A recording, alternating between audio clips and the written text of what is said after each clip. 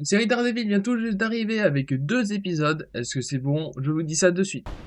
Merci de prendre le temps de me voir. Je dois bien l'avouer, ce n'est pas totalement déplaisant de te revoir.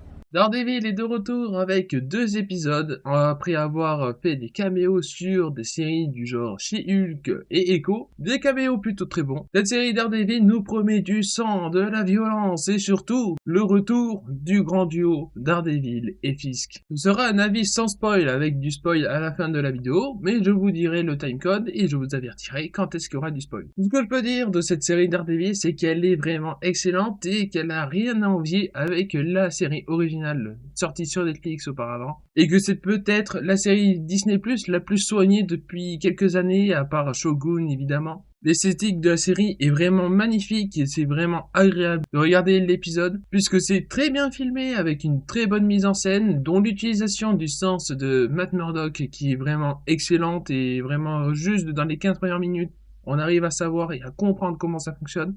Parce que la série est aussi faite pour les gens qui n'ont pas vu les 3 premières saisons de Daredevil. Et même si c'est pas forcément obligatoire d'avoir vu ces 3 premières saisons, je vous conseille quand même fortement de regarder, car c'est beaucoup plus impactant en ayant vu les 3 premières saisons, et surtout, il y a plein de petits indices, petits clins d'œil pour comprendre en fait certaines phrases.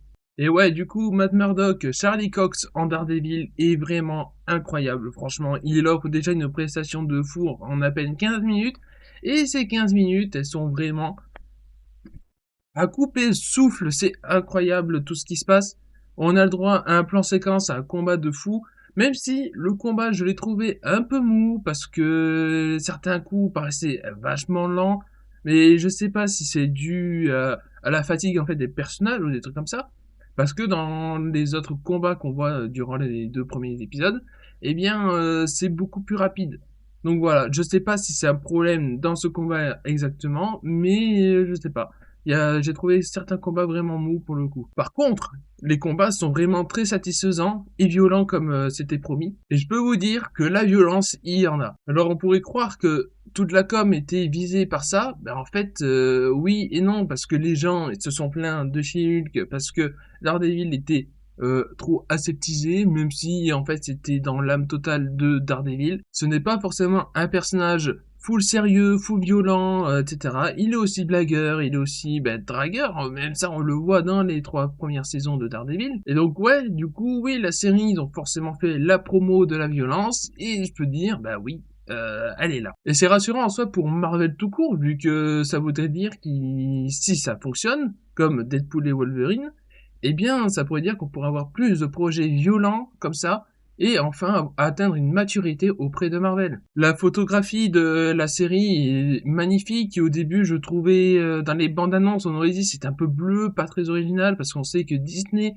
et la photographie c'est pas très leur pote, mais finalement cet aspect bleuâtre il fonctionne parfaitement pour Daredevil, en sachant que déjà que la saison 3 avait déjà cet aspect bleuâtre, et ouais, la photographie elle est sublime. On a des plans vraiment magnifiques et des plans où on comprend en fait, sans qu'on nous dise les choses directement. La narration passe aussi par l'image évidemment, ce qui est vachement différent par rapport aux autres projets du MCU. Donc ouais, on est clairement sur un ovni en fait de Disney, où on s'est dit mais on sent qu'ils ont mis la pression sur Daredevil. Donc voilà, je vous conseille fortement ces 2 épisodes, même s'il est préférable de voir les premières saisons de Daredevil auparavant, parce que sans ça, je pense qu'il y a certains passages, pour ceux qui ont vu les épisodes, beaucoup moins impactants.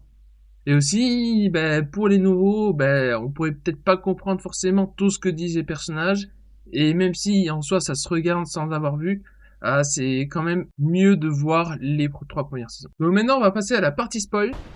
Merci de prendre le temps de me voir. Je dois bien l'avouer, ce n'est pas totalement déplaisant de te revoir. Donc, si vous êtes là, c'est que soit vous en foutez de Daredevil, soit vous êtes curieux, ou soit vous avez déjà vu les épisodes, évidemment. Et donc, ouais, la mort de Foggy Nelson, je sais pas. Franchement, je sais pas. C'est un choix vraiment culotté et pour le coup très risqué, hein, de ce qu'on n'a pas l'habitude de voir chez Marvel aussi. C'est vraiment un ovni cette série. C'est dingue de se dire que ils ont réussi à tuer un des 3 personnages principaux de la série de base pour nous dire ok, les 15 premières minutes là, vous avez vu, ce sera ça tout le long de la série.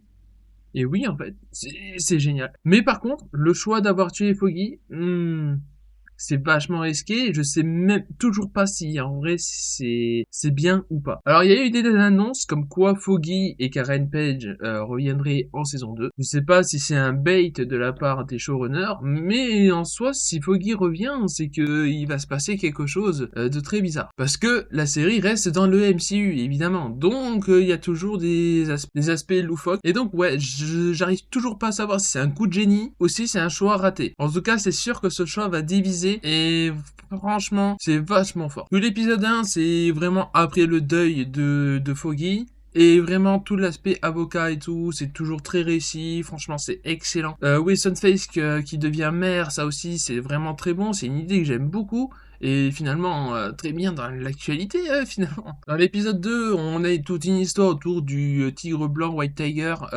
joué par un acteur décédé, j'oublie son nom, excusez-moi, mais qui est vraiment très bon, j'ai hâte d'en voir plus sur son personnage. Et du coup, cet arc autour des policiers, avec un tatouage du Punisher, et ça, je peux vous dire qu'on va attendre un arc qui va faire du bruit chez la fachosphère. Parce que oui, en fait, tout ça fait référence, eh bien, à la politique, au fait que la police utilise le crâne du Punisher pour justifier des actes horribles.